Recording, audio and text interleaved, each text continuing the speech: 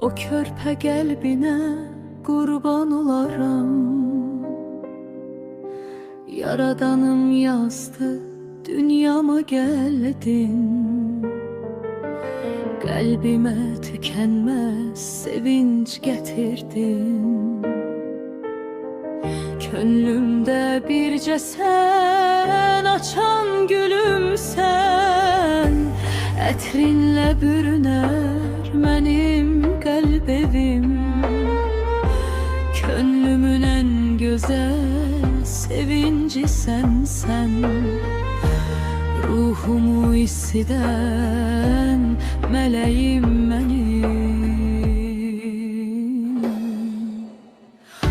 O körpə qəlbinə qurban olaram.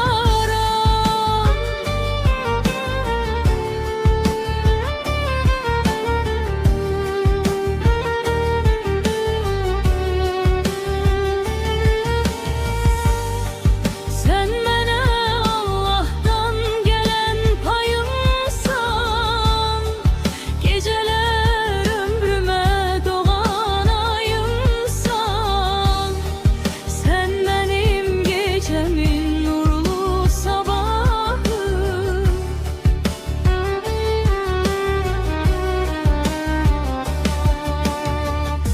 Güneş tek ömrüme saçarsan ışık. Kalbimin en şirin duygusu sensen. Varlığım seninle güç tapır kızım.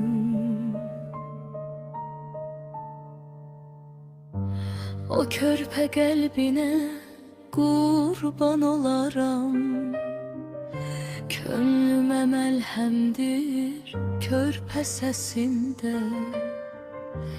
Nə qədər böyüsən körpəm qalacaqsan. Qəlbimdə sevginlə bahar açarsan.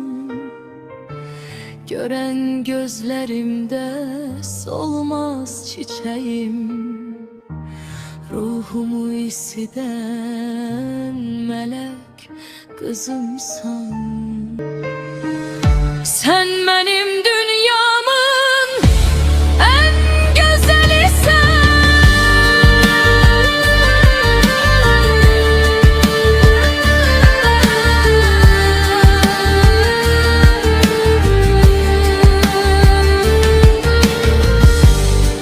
O körpə qəlbinə qurban olaram.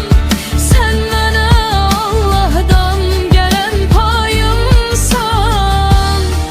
Gecələr ömrümə doğan ayımsan.